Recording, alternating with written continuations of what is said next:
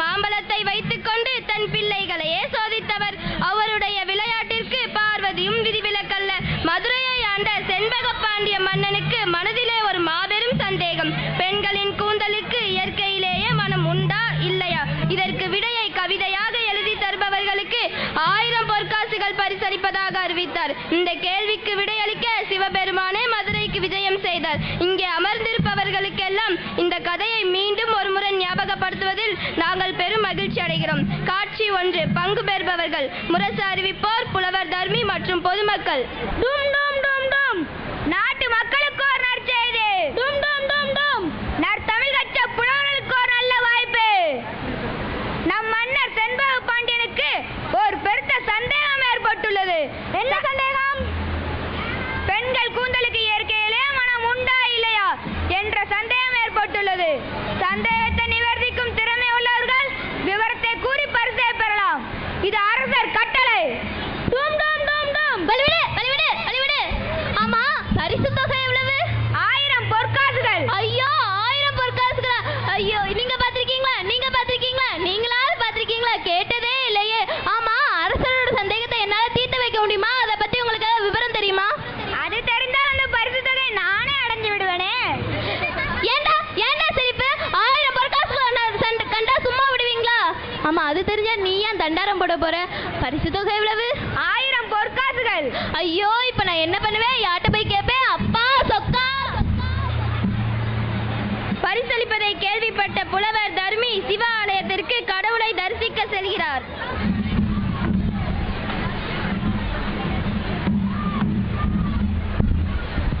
அப்பா சொக்கா, அரசபுரத்துல ராஜா கொடுக்கிற பரிசு எனக்கே தர மாதிரி அருள் தர மாட்டியா? ஆஹா, உன் காதுல விழாதே. தாயே மீனாட்சி. என்னையா கூப்பிட்டீங்களா? உன்னை யாருமா கூப்பிட்டது? போ. பாத்தியா மீனாட்சி, நான் கும்பிடுறதுல மத்தவங்களாம் திரும்பி பாக்குறாங்க, நீ திரும்பி பார்க்க மாட்டேங்க. என்ன மட்டும் ரச்சு. நான் முத்த பஞ்சனை மேல் நீ இருக்கும் வேலையிலே. நீ எங்க தனியா இருந்த? நான் முத்த பஞ்சனை மேல் நாதருடன் நீ இருக்கும் வேலையிலே என் கோமுத்த சொற்களாலே எந்தன் குறை தீர்க்க சொன்னார். உன் வாய்முத்து கொண்டிடுமா வாழ்வெளிக்கும் அம்பிகையே. ஐயோ, 1 2 1000 முன்னாச்சே, 1000 முன்னாச்சே. இந்த நேரம் பார்த்து பாட்டு எழுத வரல. ஏன் சந்தேகத்தை தீர்க்க வழி இல்ல. நான் எங்க அரசோட சந்தேகத்தை தீர்த்து வைப்பேன்? எனக்கு இல்ல. வேற எவனா அடிச்சுட்டு போறா? எனக்கு இல்ல. ஐயா, போயா. புலவரே, யார் அது? அழைத்தது நான் தான். ஏன் அழைச்சீங்க? யார் நீங்க? சொற்சுவை பொருட்சுவை அனைத்தையும் கூட்டி சுந்தர தமிழிலே பாட்டிசைத்து செந்தமிழ் கவிபாடும் புலவன் யாம். நீங்களும் புலவர் தானா? தண்டோர போட்டது நீங்களும் கேட்டாச்சா? என் வயசுல அடிக்கிறதுக்காண்டி வந்திருக்கீங்க.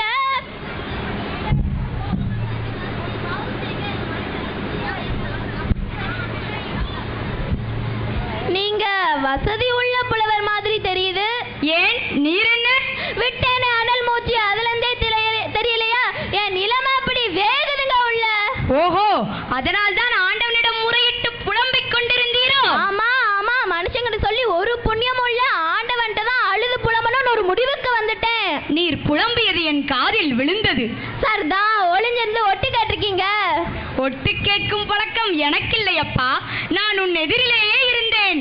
ஓ, நான் கண்ணை மூடி சாமி கும்பிட்டுருக்கும் போது என் முன்னாடி வந்து நின்றுப்பீங்க. நான் கவனிச்சிருக்க மாட்டேன். உண்மை, கண்மூடித்தனமாக இருப்பவர்களுக்கு நான் தென்படுவதில்லை. என்னங்க நீங்க கடவுள் மாதிரி பேசுறீங்க? அதுவும் உண்மை. கடவுள் உன்னிலும் இருக்கிறார், என்னிலும் இருக்கிறார். பார்க்கும் இடமெங்கும் ஒரு நீக்கமறைகின்ற பரிபூரண ஆனந்தமே என்று பாடியவனும் உன்னை போல் ஒரு புலவன் தானே. சாப்பிட்டாச்சா? ஏப்பமா சார் தான் நேரத்துக்கு சாப்பிடுறவர் போலுக்கு நின்று நிம்மதியா பேசிக்கிட்டு இருக்கீங்க. இங்க இனிமே தான் வரேன். நெல். பாண்டியனின் சந்தேகத்தை தீர்க்கும் பாட்டு உனக்கு கிடைத்தால் அந்த பரிசு அத்தனையும் உனக்கு கிடைக்கும் அல்லவா? அந்த பாட்டு மட்டும் கிடைச்சா அந்த பாட்டை நான் உனக்கு தருகிறேன். பாட்ட நீங்க தரீங்களா? வேண்டியதா? உங்க பாட்டை கொண்டு போய் என் பாட்டுன்னு சொல்லிக்கவா? எங்க யாருக்கனவே சொந்தமா எழுத பாட்டே கண்ணா பின்னான்னு பேசுறாங்க. கொஞ்சம் வசன நடையாதான் எழுதுறேன், இருந்தாலும் புலவன் ஒத்துக்கிறாங்க. அதையும் கெடுக்கலான்னு பாக்கீங்களா? பரவாயில்லை, பெற்றுக்கொள். திருடலாங்கீங்களா? உனக்கு அந்த பாட்டு வேண்டுமா வேண்டாமா? வேணுமே. உங்களுக்கு வேண்டாமா? வேண்டாம். சத்தியமாக? நிச்சயமாவா? உண்மையாவா? அட போயா. பொருள் மீது பற்றில்லையப்பா. பொருள் மீது பற்றில்லாமே உடம்புல இவ்வளவு கிடக்குது. நல்லா நடிக்கிறீங்க. நாடகத்தையே நடத்துபவன் நடிக்க முடியுமா? முடியுமா? என்னது என்னது? அந்த பரிசு எனக்கு வேண்டாம், நீ வாங்கிக் கொள் என்றேன்.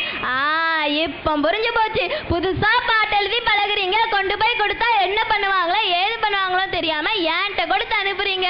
என் புலமை மீது உனக்கு நம்பிக்கை இல்லை எனில் என்னை பரிசுத்துப் பார். உனக்கு திறமை இருந்தால் என்கிட்ட மதிப்பாக்கீங்களா? நான் பார்க்கவே ஒரு மாதிரி இருப்பேன், ஆனா என் புலமையை பத்தி உங்களுக்கு தெரியாது. கேள்விகளை நீ கேட்கிறாயா அல்லது நான் கேட்கட்டுமா? நானே கேட்கிறேன், எனக்கு கேட்க மட்டும் தான் தெரியும். கேளும். சற்று பொறும். பிரிக்க முடியாது எனவோ? எதுகையும் மோனையும் பிரிய கூடாதது தமிழும் இலக்கியமும் சேர்ந்தே இருப்பது. புலமையும் வறுமையும் சேராது இருப்பது.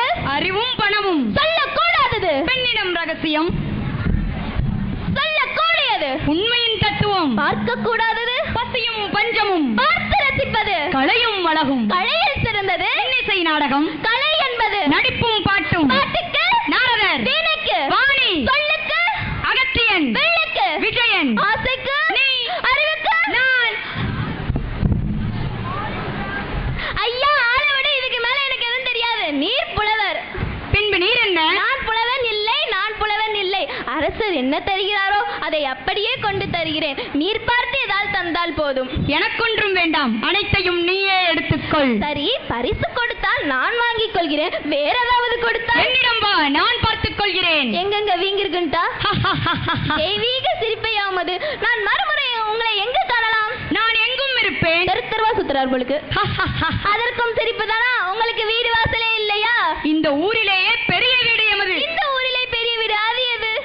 இதே இங்கே இருக்கிறார் போலுக்கு. சரி, பாட்டு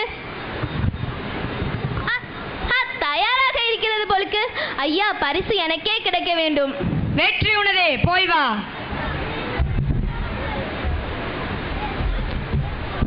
இல்லை வேண்டாம், வைத்துக் கொள்ளுங்கள். ஏன்? இல்லை வேண்டாம், வைத்துக் கொள்ளுங்கள். எடுத்துச் செல். இல்லை வேண்டாம், பரவாயில்லை, வேண்டாம், வைத்துக் கொள்ளுங்கள். கோழை கோழையானாலும் வேண்டாம், வைத்துக் கொள்ளுங்கள். பயமே ஜெயம். வெற்றி உனதே, பரிசு உனதே, போய் வா. கடவுள் மாதிரி நம்பி போறேன். அப்பா சொக்கா. எடுத்து செல்கிறார் தர்மி. அங்கே நக்கீரர் தர்மிக்கு பரிசளிப்பதை தடை செய்கிறார். அங்கே என்ன நடக்கிறது என்று காண்போம்.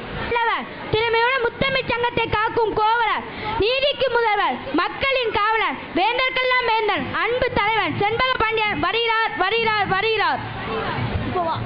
வாழ்க, பல்லாண்டு வாழ்க. அமைச்சரே, என் மனதில் இருக்கும் சந்தேகத்தை நிவர்த்திக்கும் பாடலை எவரேனும் மேட்டு தந்திருக்கிறார்களா? இல்லை பிரபு, 1000 பொற்காசுகள் நன்கொடையாய் வழங்குவதாக தெரிவித்து கூட பரிசை பெற எவரும் வரவில்லை. வருந்துகிறேன். புலமைக்கு தலைமகனாய் விளங்கும் நக்கீரன், துணைக்கு கபிலர், பின்னும் பரணர் மற்றும் ஆன்றோர் பலர் அவையின் கண் வீற்றிருந்தும் கூட எனது சந்தேகத்தை தீர்க்கும் பாடல் இதுவரை ஏற்றப்படாதது ஏன்? எழுத மனமில்லையா அல்லது பரிசு தொகை போதவில்லையா?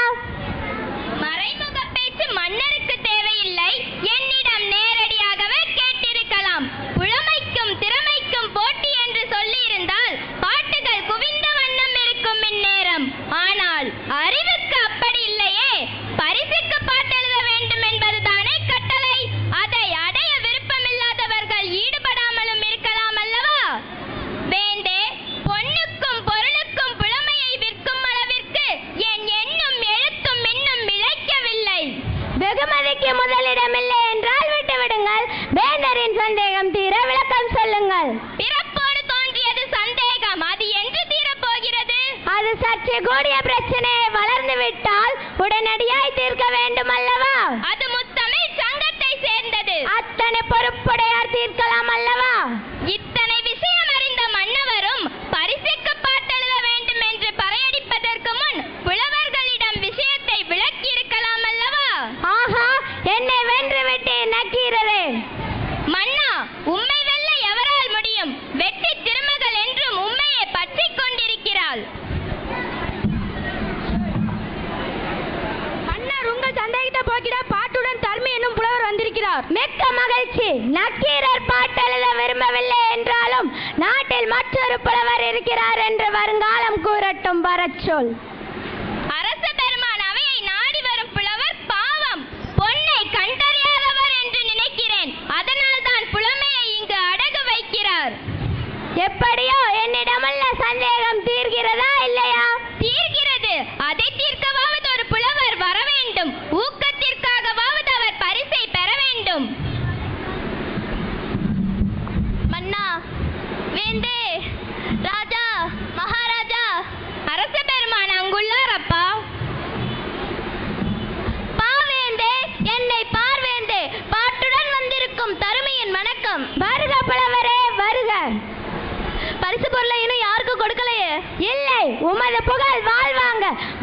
வையமெல்லாம் வாழ்க.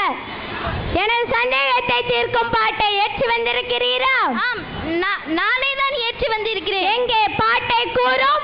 கொங்குதேர் வாழ்க்கை அஞ்சிரை தும்பி காமன் செப்பாது கண்டது மொழியோ. கூப்பிட்டீங்களா? இல்லை, நீர் பாடும். பயிலிய கெளிய நட்பின் மயிலிய செறிய அறிவை கூந்தலின் அறியும் பூவே நீ எறியும் பூவே. ஆஹா, அருமையான பாட்டு. எனது சந்தேகத்தை அற்புதமான கருத்துக்களால் தீர்த்த உமக்கே இந்த பரிசு. எனது அமைச்சரை பொற்களி எடுத்து வாருங்கள். ஐயோ, 1000 பொற்காசுகள். சொக்கா, நான் இதை எதிர்பார்க்கல. அப்பா, முதல்ல அந்த பால்காரன் கணக்க தீர்த்துணும். எங்க இந்த அமைச்சரை இன்னும் காணல. அவர் வர்றதுக்குள்ள இன்னொரு புலவர் வாங்கிடுவாரோ. வந்துட்டார் அமைச்சர் வந்துட்டார். அரசவை தீர்த்து வைக்காத எனது சந்தேகத்தை அற்புதமான கருத்துக்களால் தீர்த்த உமக்கே இந்த பரிசு. உமது புலமைக்கு இதோ 1000 பொற்காசுகள். மன்னா பொருங்கள். புலவரை இப்படி வருகிறீரா? அதுக்குள்ள என்னையா அவசரம்? பரிசை வாங்கிட்டு வரேனே. அதில் தான் சந்தேகம் இருக்கிறது. இப்படி வருகிறீரா? வந்தேன். என்னையா சந்தேகம்?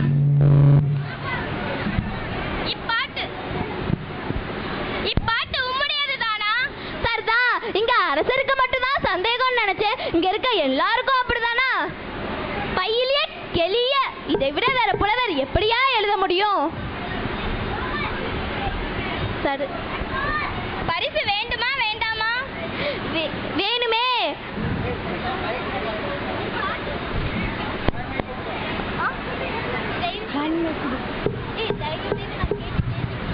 தயவு செய்து நான் கேட்ட கேள்விக்கு பதில் கூறும். தயவு செய்து உங்கள் கேள்விதான் என்ன? இப்பாட்டு உம்முடையதுதானா? பிறகு மண்டபத்துல யாராவது எழுதி கொடுத்தா அதை கொண்டு வந்த மாதிரிலாம் சொல்றீங்க. என்னுடையதான் ஐயா. அப்படியானால் அப்பாட்டிற்கு விளக்கம் கூறி அந்த பரிசை பெற்று செல்லலாமே. அரசருக்கே புரிந்து விட்டது. இடையில் நீர் என்ன? மன்னா, நான் ரொம்ப கஷ்டப்படுகிறேன். இடையில் இவர் வேற கேள்வி வேற கேட்கிறாரு. விளையாட்டுக்கு இது இடமில்லை. விளக்கம் கூறி வெகுமதியை பெற்று செல்லலாம். என்னையா வழக்கம் விஷயம் தெரியாம என் மூச்சை வாங்குறீங்களே. விளையான தமிழ் சங்கத்தின் மூச்சை நீர் வாங்க வேண்டாம் என்று நான் உமக்கு எச்சரிக்கிறேன். அடச்சை, இதுக்குதான் சொல்றது புதுசா பாட்டுல நம்பி ஒரு காரியத்துல இறங்க கூடாதுன்ட்டு. என்ன புலம்புறீ? நான் எங்க புலம்புறேன்? எதற்காக? என் குடும்பத்தை நினைச்சு வருந்துகிறேன். பரிசு வேண்டுமா வேண்டாமா? வேணுமே. என்ன பிரயோஜனம்? எத்தனை பாட்டு எழுதி வந்தாலும் நீங்க பரிசு கொடுக்க போறது இல்ல. ஆனா ஒண்ணு நிச்சயம்யா. என்ன? பாட்டெழுதி பெயர் வாங்கின புலவர்கள் இருக்கிறார்கள். குற்றம் கண்டுபிடித்த பெயர் வாங்கும் புலவர்களும் இருக்கிறார்கள். சிரிக்காதீர். இதில் எந்த நிலையைச் சேர்ந்தவர் என்று உமக்கே தெரியும் என்று நினைக்கிறேன். ஆனால் ஒன்று நிச்சயம்யா, உங்களை போன்ற புலவர் ஏன் நீர் ஒருவரே போதும். உலகம் உருப்பிடும். முடிந்தால் இதை மன்னர் எடுத்து சொல்லுங்கள். எனக்கு பரிசு வேண்டாம். ஐயா புலவரே, தர்மி. காட்சி 4. பரிசு கிடைத்த ஏமாற்றத்துடன் தர்மி சிவ ஆலயத்திற்கு சென்று சிவபெருமானை தரிசிக்கிறார். எனக்கு வேணும் 1000 ஆசை. நல்ல வேலை உதைக்காம விட்டாங்களே. ஐயோ, துரத்தி வந்து உதைக்கிற மாதிரியே இருக்கு. இனிமே நான் எப்படி பாட்டு எழுதுறேன்? இனிமே நான் பாட்டு எழுதுனா, ஏன்பா இது உன்னோடதா இல்லாட்டி வேற யாராவது எழுதி தந்தாங்களா அப்படிலாம் கேட்பாங்க. அவமானமா போச்சே, எல்லாத்துக்கும் தெரிஞ்சு போச்சே.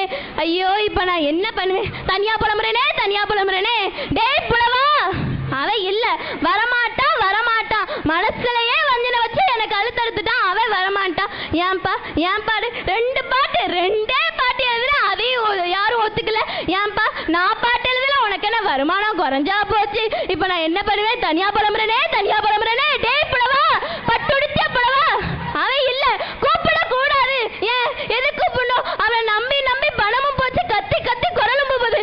ஏன்பா நான் பாட்டு எழுதுறேன், நான் புலவன் இல்லை.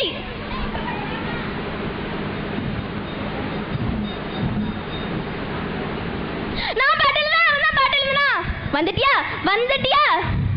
பரிசு கிடைத்ததா? எல்லாம் கிடைச்சது. ஒண்ணுதான் கிடைக்கல. கொஞ்ச நேரம் விட்டுருந்தா அதையும் வாங்கிட்டு வந்திருப்பேன். என்ன உளறுகிறாய்? யார பார்த்து உளறேன்னு சொல்ற? கண்ணா பின்னான்னு பாட்டு எழுத தெரியாம நீ உளறி வச்சுட்டு என்ன பார்த்தா உளறேன்னு சொல்ற? என்ன கூறுகிறாய் அப்பா? ஏயா, நான் உன்கிட்ட பாட்டு கேட்டேன். பிறகு எதுக்கு எனக்கு பாட்டு தந்த? அவையில் நடந்தது என்ன? ஆமா, பேசும்போது மட்டும் இலக்கணமா பேசு, எழுதும்போது மட்டும் எனக்கு வெறுப்பா இருக்கு. போயா. நில், வா இங்கே. அவையில் நடந்ததை கூறு. அவையில உன் பாட்ட குற்றம் சொல்லிட்டாங்க. குற்றமா? என் பாட்டிலா? எவன் கூறியவன்? அவையில பார்த்தேன். அவன் அங்க ஒருத்தன் இருந்தான். அவன் தான் உன் பாட்ட குற்றம் சொன்னான். யார் அவன்? புறப்படி என்னோடு. மறுபடியுமா? எனக்கு பரிசே வேண்டாம். போகப்பா. தர்மியே! பரிசு கொடுக்க மறுத்த நக்கீரர் மேல் கோபம் கொண்ட சிவபெருமான் மன்னனின் அரசவைக்குள் நுழைகிறார். அவையிலே குற்றம் கூறியவன் எவன்? அவன் இவன் என்ற ஏக வசனம் வேண்டாம். அமைதியுடன் கேட்டால் எதற்கும் தக்க பதில் உண்டு. அப்படியானால் இங்கு மன்னரை விட மற்றவர்களுக்குத்தான் அதிகாரம் உண்டோ? அரசவை என்று இது தமிழ் திருசபை. இங்கு அனைவருக்கும் சம உரிமை உண்டு. அதனால் தான் தருமி கொண்டு வந்த பாட்டினை குற்றம் என்றீரோ? ஆம், தவறுள்ள பாட்டு பரிசுக்கு அருகதை இல்லை.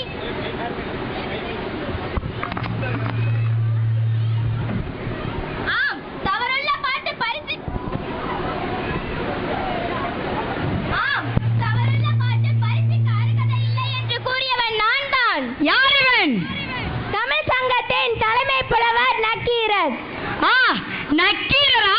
தமிழ் சங்கத்தின் தலைவர் என்ற ஆணவத்தில் தான் தலைகால் புரியாமல் என் பாட்டில் குற்றம் கண்டீரோ?